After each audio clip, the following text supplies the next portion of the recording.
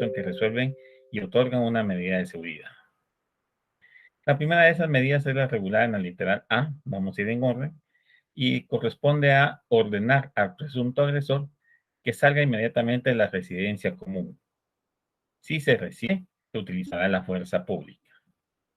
Esta medida implica entonces de que al momento en que el juez resuelve y manda notificarle al agresor, esta persona debe de abandonar la residencia en común que pueda tener con la o las víctimas. Es el agresor quien se retira, ya sea hombre o mujer, no importa quién sea el agresor o la persona agresora, se va a retirar. Regularmente, y por eso se utiliza el término agresor, es un verbo que es indeterminado, ¿sí?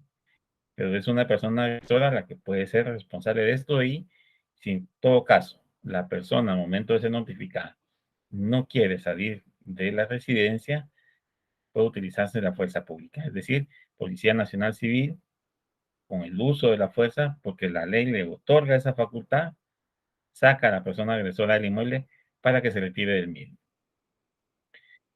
B, o segunda medida, ordenar la asistencia obligatoria a instituciones con programas terapéuticos, educativos o creados para este fin.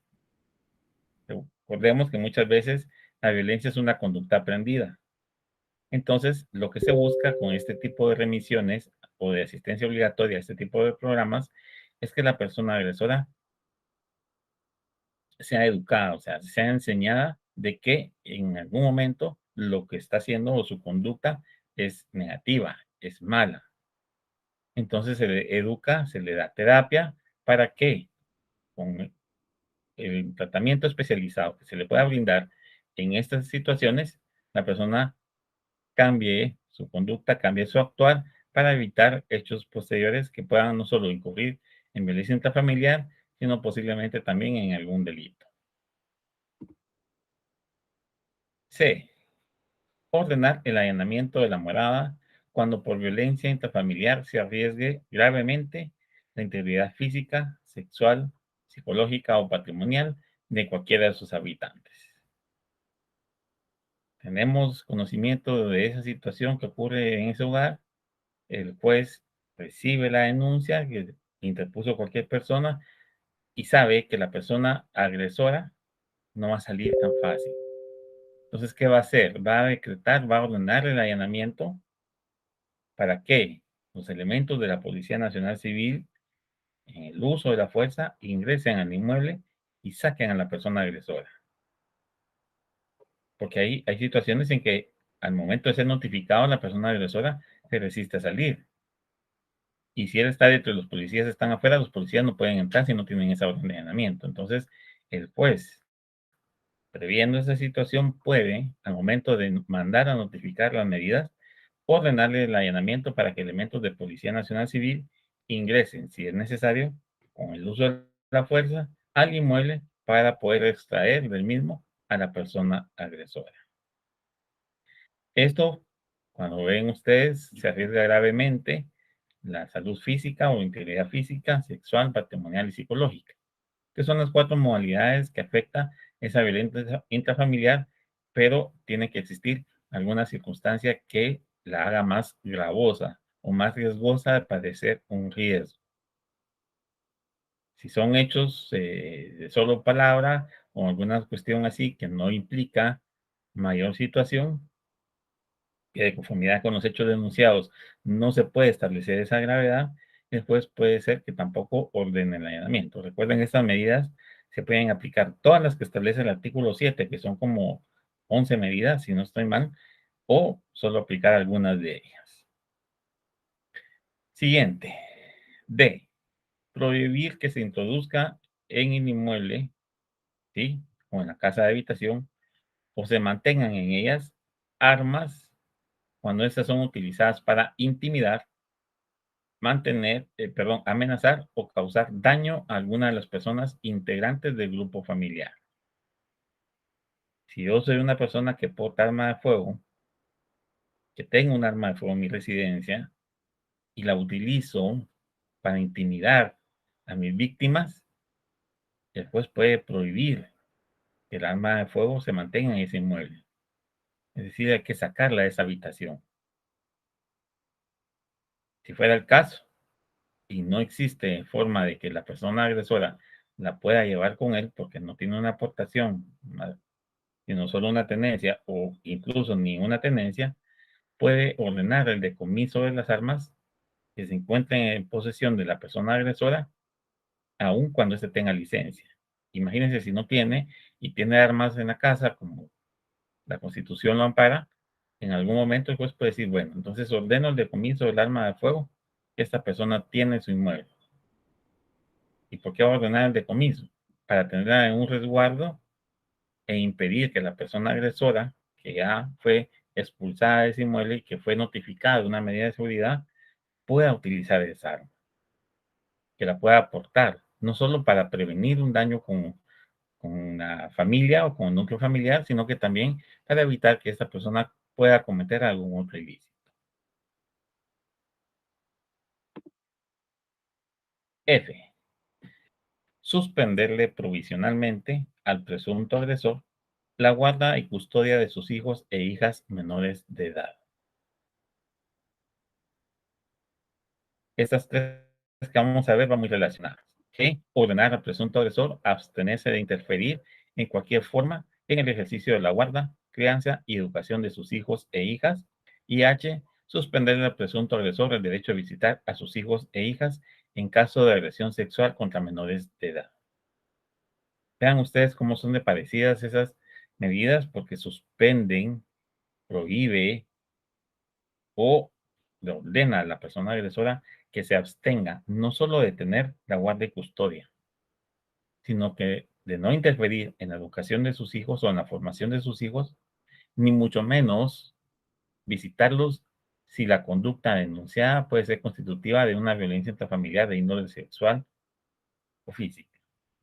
La ley establece sexual específico, una agresión sexual, hijos, hijas. No tiene derecho a visita, no tiene derecho a interferir en su educación, en su guarda, en su crianza, y no tiene el derecho a ejercer la guarda y custodia de sus hijos o hijas menores de edad. Coloqué estos tres porque es importante y parte de estos nos remiten a lo que establece la ley contra el feminicidio que modifica o reforma el Código Penal en cuanto al delito de agresión sexual y las agravantes que puedan ocurrir.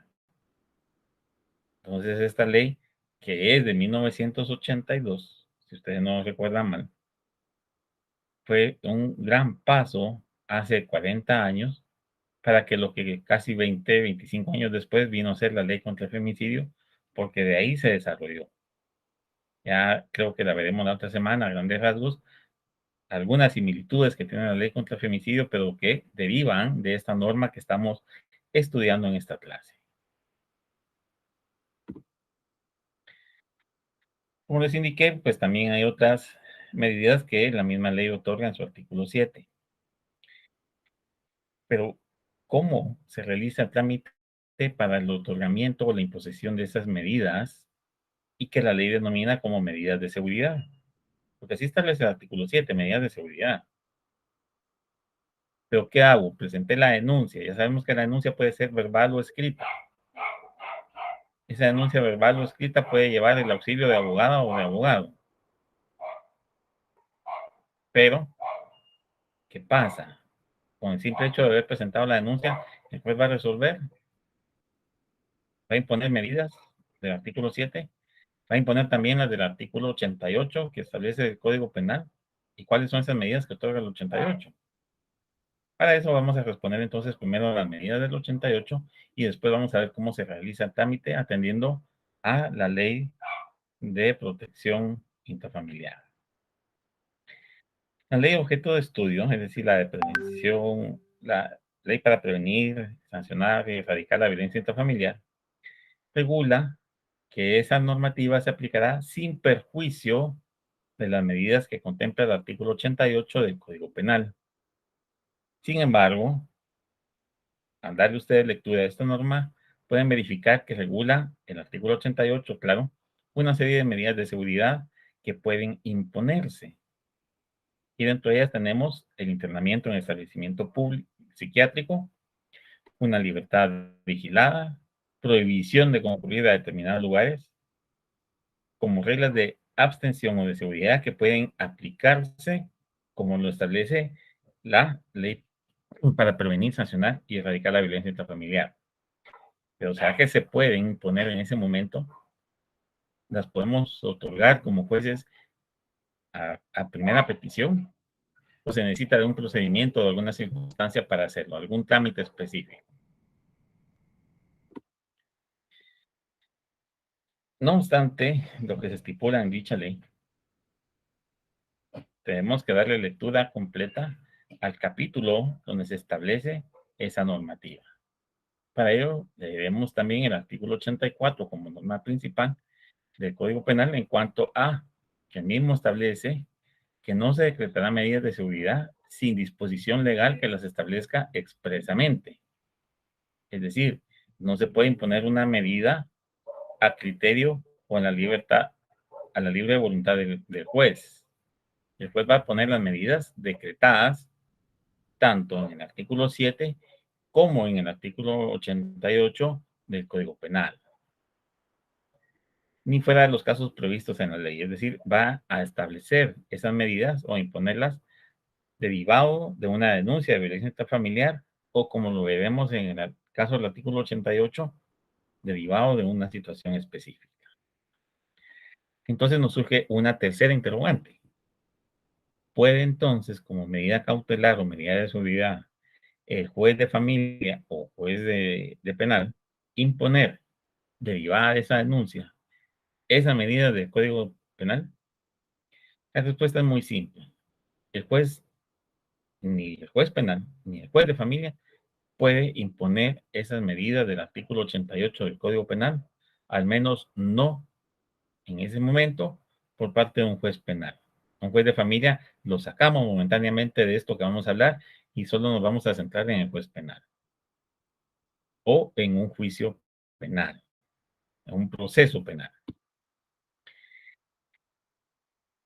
Estas medidas del 88, Código Penal, solo pueden imponerse si como resultado de la investigación que se realiza por la denuncia presentada de violencia intrafamiliar, se deduce o se establece la posible comisión de un hecho delictivo, ¿sí? Que derivado del accionar o del actuar de la persona agresora, esta conducta se encuadra en un tipo penal. Pero para eso, entonces, vamos a tener que realizar una investigación con un proceso común o bien llevar a juicio a la persona para la imposición de una medida de seguridad. Las medidas de seguridad del artículo 88 solo pueden imponerse o decretarse en contra de una persona a través de una sentencia, es decir, habiendo citado, oído y vencido a la persona a la que se le va a imponer esa medida. Obviamente, si por ejemplo fuera una persona inimputable, quien comete los hechos de violencia intrafamiliar, que esos hechos también encuadran una conducta delictiva, y al momento en que se está investigando se determina que la persona no está en su capacidad mental adecuada, que tiene cierto retraso, que no comprende o no sabe distinguir entre bien y mal, no vamos a llevarnos a un juicio común porque no se puede juzgar. Entonces vamos a llevarlo a un juicio para la imposición exclusiva de medidas de seguridad y corrección. Ya vamos a ver más adelante el nombre. A prevención, entonces, desde el momento en que se recibe la denuncia y los jueces resuelven, ellos, familia y penal, solo pueden imponer las medidas que otorga o que establece la ley para prevenir, sancionar y erradicar la violencia intrafamiliar. Si derivado de esa sentencia se logra establecer culpabilidad o no culpabilidad, pero que sí es necesario imponer una medida, será la sentencia de un juez penal la que establezca qué medida va a imponer. No es necesario que sea un constitutivo delito para imponerla. Si lo hablamos de otra manera o lo explicamos de otra forma, podemos decir, bueno, la persona comete una acción en contra de un integrante de su núcleo familiar. Esta acción posiblemente al inicio se consideró que puede ser constitutiva de delito, se cursa en la fiscalía y se investiga. La fiscalía considera que sí es constitutiva de delito, se va a juicio, pero no logra destruir esa presunción de inocencia y no logra condenar. Pero el tribunal de sentencia sí puede establecer de que no obstante la persona no es responsable de ese delito, por el cual se le abrió juicio y se le está juzgando, sí se hace necesario imponer una medida que establece el artículo 88 del Código Penal. Internamiento en un centro psiquiátrico, por la prohibición de concurrir a determinados lugares. Hasta ese momento es que se puede imponer una medida a través de una sentencia. En virtud de eso, entonces, atendiendo a la segunda de las interrogantes planteadas, diremos que una vez presentada la denuncia por violencia intrafamiliar, ya sea que se remita por parte de quienes la reciben o bien por el propio órgano jurisdiccional respectivo, es decir, un juez de familia o un juez penal que la reciba, si es constitutivo de delito, se va a realizar lo siguiente. Si de la denuncia se deduce de la existencia de hechos delictivos, el juzgado de paz o de familia, según sea el caso, luego de haber dictado las medidas de seguridad del artículo 7, no se les olvide, a favor de la víctima, remitirá, bajo su responsabilidad, copia de la misma al Ministerio Público, para que dicha entidad, en el ejercicio de la acción penal que por mandato legal le corresponde, pueda iniciar la investigación. Esta remisión del expediente o de la certificación o de lo que remita el juez debe de hacerse en un plazo máximo de 24 horas. Si, por ejemplo, el juez de paz, ahorita a las 8 de la noche con 5 minutos, decreta medidas de seguridad a favor de un núcleo familiar o de una persona, de una familia, tiene 24 horas como máximo para poder remitir esa denuncia a la fiscalía y que la fiscalía investigue. Si el juez considera obvio que es constitutivo de delito. Es decir, mañana jueves a las 8:05 de la noche es el plazo más tarde que el juez de paz o de familia puede remitir ese expediente al juzgado, al Ministerio Público para la investigación. Una vez el juez entró a resolver en una audiencia, como vamos a ver, las medidas, va a mandar a notificar a la persona a la que se le decretaron las medidas en su contra. Esta persona tiene derecho a oponerse a las medidas que le fueron decretadas o impuestas en todo o en parte de esas medidas. Y para eso, pues deberá de presentar su oposición de acuerdo con el procedimiento establecido en la ley procesal. ¿Qué procedimiento y qué ley procesal estamos hablando? La ley procesal, por excelencia, y que es complemento de normas de familia y de incluso aspectos laborales o administrativos, es el Código Procesal Civil y Mercantil, Decreto Ley 107. Esa es la ley que complementa esas normativas que no tienen establecido un proceso y que en aplicación supletoria se utiliza. Pero el artículo 11 de la Ley para Prevenir, Sancionar y Erradicar la Violencia Intrafamiliar también nos remite a una aplicación supletoria de ley.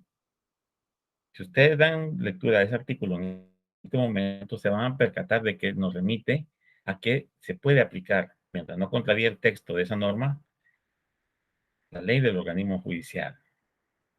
Creo que en algunas normas o en algunas leyes, por cuestión de redacción en el tiempo, tal vez van a tener la ley de enjuiciamiento, no, ¿cómo se llama? La ley de, no era el organismo judicial, tiene otro nombre, pero siempre se hace referencia a esa.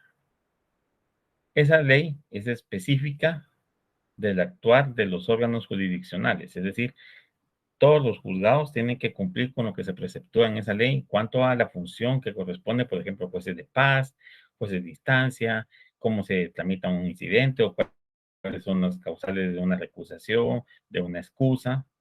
Todo lo que se establece en cuanto a competencia de jueces se regula por esa norma como ley específica del actuar jurisdiccional. Dentro de esta normativa se contempla ese procedimiento procesal para oponerse a la medida de seguridad. No es el procedimiento que establece 150 del Código Procesal Penal. No, ese incidente de 150 del Procesal Penal es solo para el proceso penal. Aquí estamos hablando de una ley en protección de la familia. ¿Sí? Y esa ley, en su artículo 11, nos remite a una aplicación supletoria de la ley de organismo judicial. Y esta ley tiene un procedimiento específico para sustanciar o diligenciar esas oposiciones a las medidas de seguridad.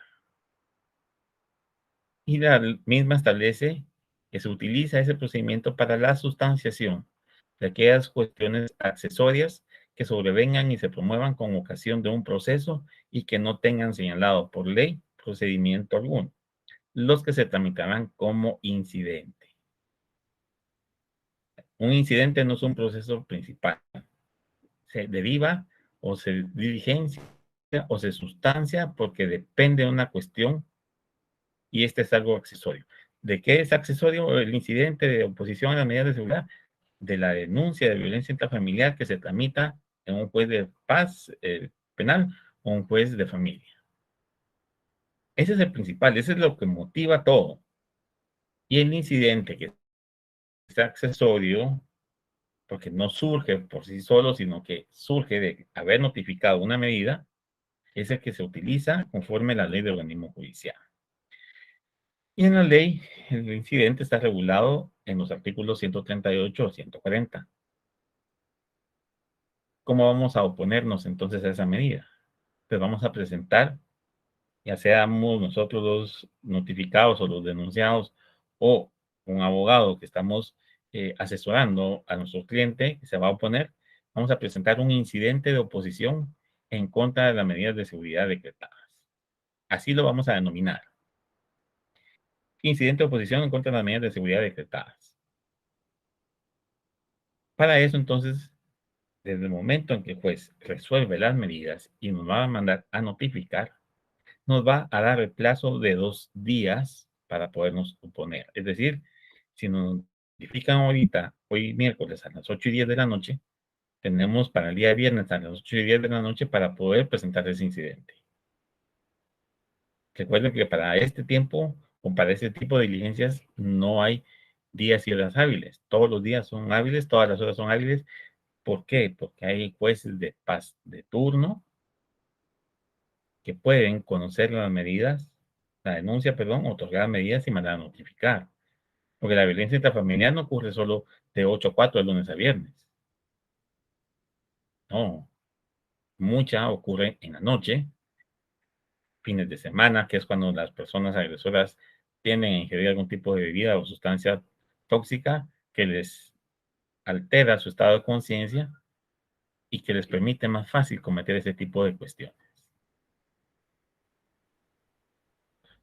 Presentamos nuestra oposición, decimos por qué nos estamos oponiendo, a qué medidas o nos oponemos a todas, por qué en cada una de ellas, es decir, a la medida por ejemplo, acudir a un centro terapéutico. Yo me opongo, señor juez, porque según evaluación que me hizo mi psicóloga fulana tal hace tantos años y de la cual adjunto un certificado hace tantos meses, he establecido que yo no presento desorden en mi personalidad. Punto. No tengo que recibir terapia psicológica. Pues me voy a oponer a esa. Y así podemos hacerlo con cada una de ellas. Si estamos ofreciendo para que el juez la diligencia, la recepcione, la reciba, vamos a hacerlo en el escrito de oposición a esas medidas de seguridad. En virtud de lo que establece la ley, entonces, una vez contestado, planteado la posición, el juez va a tener 8 días para recibir esa prueba. Es decir, llamar ante su presencia a los medios de prueba. Si son documentales, pues va a tener 8 días para analizar los documentos. Si son testigos, va a tener 8 días para escuchar a los testigos. No hasta el octavo, no. Dentro de los 8 días siguientes le presentaba la oposición. Una vez el juez finaliza la recepción de la prueba, es decir, llega el octavo día y ya no hay más prueba que recibir o diligenciar, o ya no le da tiempo, o estima que ya la que está pendiente es innecesaria, tiene, a partir del siguiente día en que se venció el octavo, 3 días para emitir esa resolución para manifestar si accede o no a la oposición de las medidas de seguridad.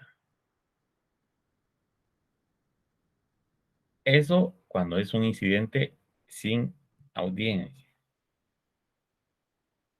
La experiencia me ha permitido tener la necesidad de plantear el incidente de oposición, ofrezco la prueba y después, dentro de los 8 días, diligencia esa prueba, nos llama a una audiencia, recibe los medios de prueba y allí mismo resuelve. Renuncia él al plazo para resolver, porque ya tiene un juicio de valor, ya analizó los medios de prueba, la oposición, los argumentos y resuelve. Si después considera que sí necesita esos 3 días, puede finalizar la audiencia después de haber escuchado las partes y dictar la resolución dentro de los 3 días siguientes. Si no, lo puede hacer en ese mismo momento o al día siguiente. Después, desde que recibió el último medio de prueba, tiene 3 días máximo para resolver. No implica que va a esperar hasta el tercero. Puede hacerlo casi en ese momento. Si la denuncia se interpone por escrito, es aconsejable entonces que la misma cumpla con los requisitos previstos en el Código Procesal Civil y Mercantil, específicamente los que ustedes ya saben, que son todos los requisitos que exige un memorial que introduce la instancia, el memorial que provoca el actuar jurisdiccional. Y estos están regulados en el artículo 61. El escrito entonces debe estar dirigido a la entidad que va a recibir la denuncia, ¿sí? Colocar los datos generales de la persona denunciante, de preferencia si se tiene una breve relación de hechos donde se indiquen las circunstancias de tiempo, de modo y de lugar. Eso sería lo idóneo. Si no se tienen esos datos o parte de ellos, pues con los datos que se tengan. Asimismo, debemos indicar quién puede estar ocasionando esa violencia, el lugar y la fecha en que se está presentando. Si estamos presentando una denuncia con un escrito auxiliado por abogado, ustedes ya saben que deben de cumplir entonces con los requisitos que establece la ley en cuanto a las formalidades que lleva un escrito con auxilio profesional. Eso pues no se los tengo que decir porque ustedes ya conocen esa situación. Ya llevaron y aprobaron notariado 1, notariado 2. En cuanto a la función del notario, ya vieron la ley de organismo judicial en sus artículos finales en cuanto al actuar del abogado. Ya hicieron escritos en su procesal civil y mercantil. Pues ya ustedes conocen cómo se cumplen con esos requisitos formales cuando uno actúa como profesional del derecho. En cuanto a la relación de esa ley con el Código Procesal Penal, prácticamente la relación se deriva o se establece en cuanto que si el hecho denunciado al momento que presentamos la denuncia de violencia intrafamiliar reviste características propias de un delito, se cursará al Ministerio Público para su investigación. Si no es delito, el Código Procesal Penal no interviene, ni mucho menos el penal.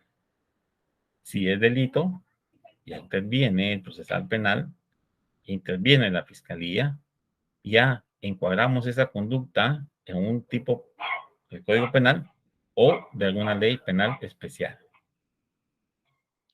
Ya será el ente persecutor el que en aplicación de las normas del proceso común o las que regulan el procedimiento para la aplicación exclusiva de medidas de seguridad y corrección, que son las del artículo 88, la entidad que determine cuál va a ser la ruta a seguir para la consecución de los fines del proceso. O bien, para la imposición de esas medidas de seguridad.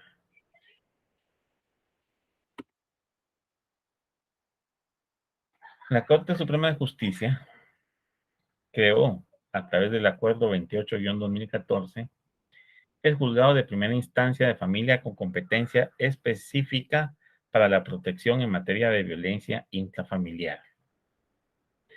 Con ese mismo acuerdo también creó el Juzgado de Paz con competencia específica para la protección en materia de violencia intrafamiliar y niñez y adolescencia amenazada o violada en sus derechos.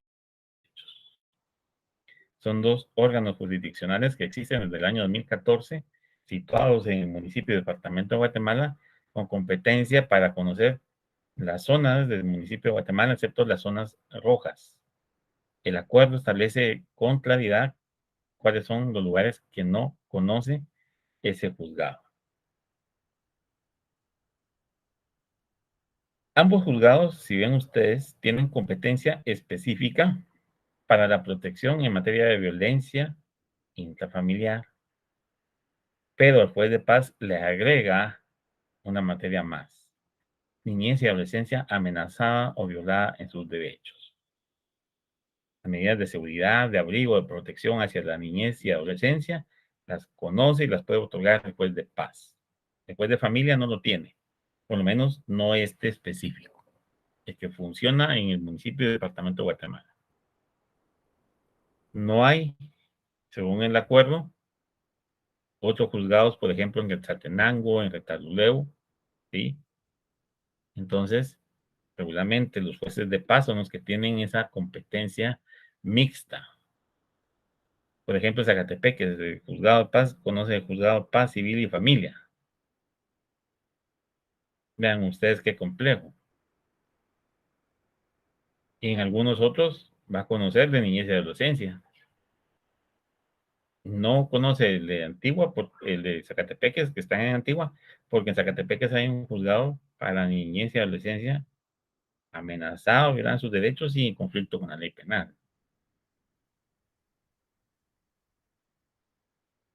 ¿Cómo está distribuida la competencia? Ya eso depende de los acuerdos que cree la Corte. Creo que ahorita ya le quitó la competencia de niñez y adolescencia amenazada o violada en sus derechos al de Zacatepeques y se las dejó únicamente al de Paz. Pero retornando a este juzgado con competencia específica, este tiene dentro de su competencia las siguientes atribuciones: recibir, conocer y resolver en audiencia las denuncias verbales o escritas que por violencia intrafamiliar se les presente. ¿Será que si se presenta por escrito va a señalar a la audiencia al juez?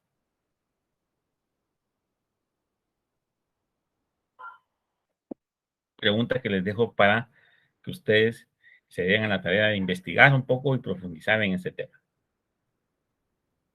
Si yo presento mi denuncia escrita, ¿será que el juez va a señalar una audiencia? Recuérdense que aquí urge. Aquí las medidas deben de otorgarse en menos de 24 horas. ¿A qué hora el juez señala una audiencia y manda a citar a todos? O si se debe hacer con las partes que estén presentes. Les queda para su estudio, para que ustedes vayan a los juzgados de familia y establezcan, y principalmente a este con competencia específica, para que establezcan cuál es ese procedimiento que ellos utilizan. Esas denuncias las van a recibir, conocer y resolver. Van a otorgar las medidas de seguridad necesarias para el cese o prevención de la violencia intrafamiliar. Artículo 77. Van a expulsar al agresor, va a cesar la violencia. Le van a decomisar las armas, van a prevenir alguna situación que agrave la violencia intrafamiliar. C, o tercera función, recibir, tramitar y resolver las oposiciones que se presenten por las medidas de seguridad impuestas, incluso las medidas de seguridad que haya dictado el juez de paz. Entonces, si un juez de paz dicta la medida de seguridad por ser día y hora inhábil, la oposición, ¿quién la va a conocer? ese incidente de oposición a las medidas de seguridad decretadas, ¿ante quién lo presentamos? Pues para el caso del municipio y departamento de Guatemala, salvo las excepciones de competencia territorial, vamos a acudir a ese juzgado de familia con competencia específica o especializada para los asuntos de violencia intrafamiliar.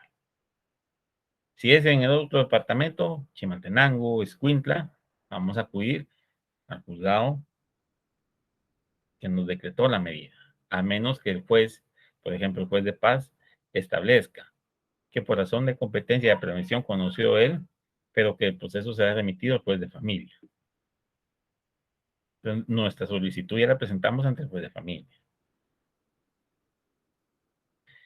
Y por último, conocer y resolver las solicitudes de prórroga, ampliación o sustitución de las medidas de seguridad, incluso las otorgadas por el juez de paz. Es decir, el juez de instancia, que obviamente pues tiene jerarquía sobre el juez de paz, puede modificar, puede resolver, quitar, cambiar, suprimir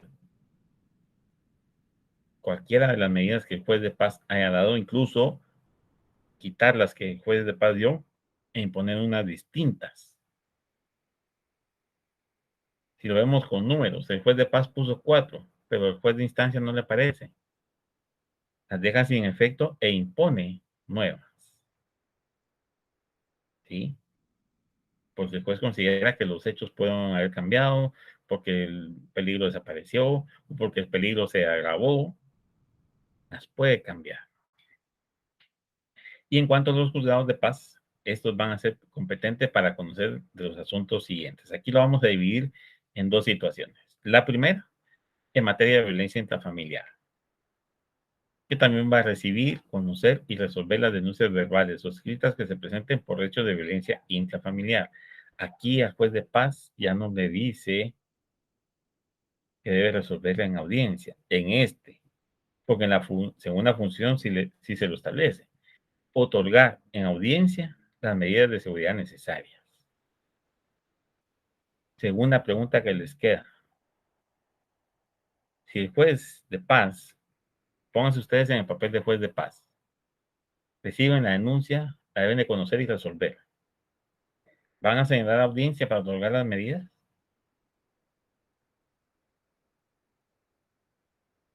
¿O no es necesaria esa audiencia?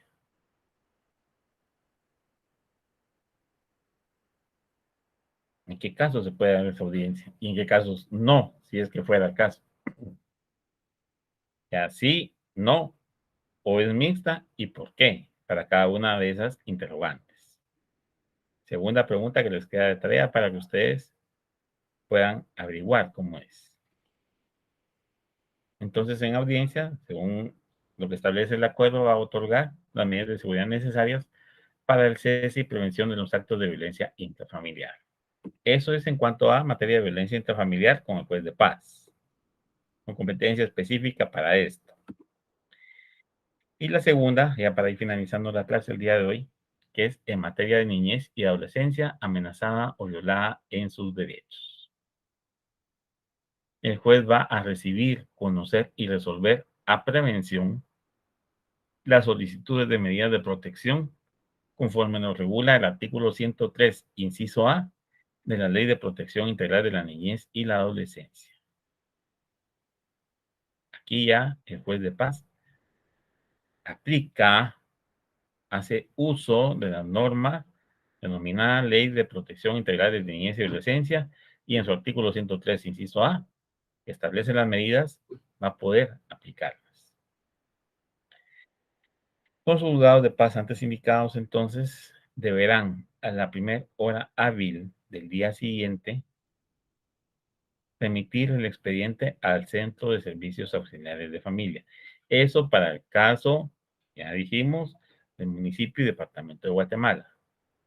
El juez especializado que conoce no solo violencia intrafamiliar, sino también niñez y adolescencia, a la primera hora hábil del día siguiente, obviamente si es fin de semana, lo va a hacer hasta el lunes a primera hora, va a remitir el expediente al Centro de Servicios Auxiliares de Familia. Y este centro, como veremos la próxima semana, es el que va a establecer hacia dónde va a remitir el expediente que recibió del juzgado de paz de acuerdo a los criterios que veremos en la siguiente clase.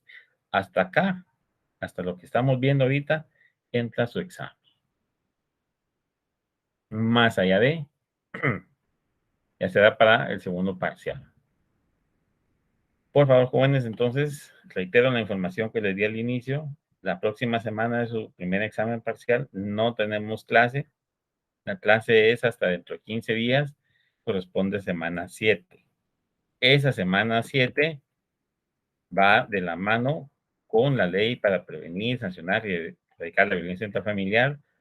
Por favor, también tener cerca o en la mano la ley contra el femicidio y la ley de protección integral de niñez y adolescencia. Son las dos leyes más que vamos a ver relacionadas con esta normativa. Posiblemente haya más normas. La ley de protección al adulto mayor, la discapacidad, pero vamos a partir con las que más comúnmente se utilizan. ¿Sí? Si ustedes quieren leer y tienen tiempo de leer la discapacidad, la del adulto mayor, para ver si hay medidas de seguridad, si hay algún procedimiento de violencia intrafamiliar que se relacione con esto, enhorabuena para que le den lectura. Yo me quedo hasta acá entonces, les agradezco la atención prestada a mi persona en esta noche. Espero que descansen y que el día de mañana pues sea bendecido y lleno de muchos éxitos. Hasta pronto.